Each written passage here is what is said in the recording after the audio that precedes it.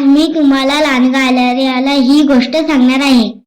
एका गावात एक मेंढपाळाचा खोडकर मुलगा राहत होता. त्याला रोज आपल्या मेंढ्यांना चारायला नेऊन आणण्याचे काम असे. मेंढ्यांचे सरणे होईपर्यंत त्याला फार कंटाळा येत असे. एक दिवस त्याला कंटाळा घालवण्यासाठी एक गमतीची कल्पना सुचली.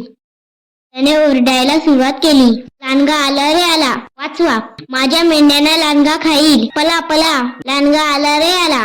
गावातली लोक हातातले काम सोडून त्याला मदत करायला पळत आले. तो एका झाडावर बसून हसत होता. कसं उल्लू बनवलं, हा हा हा. त्याची ही खोडी बघून वैतागून लोक निघून गेली. काही दिवसांनी त्याने परत तीच गंमत केली. यावेळी तरी खरं असेल असे समजून पुन्हा लोक परत आले. पुन्हा तो त्यांची गंमत बघत हसत होता.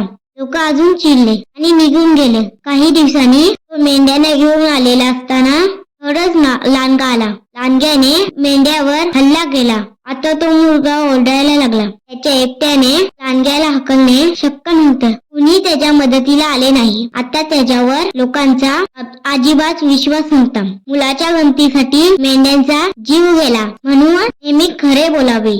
अशाच गोष्टीसाठी सबस्क्राईब करा.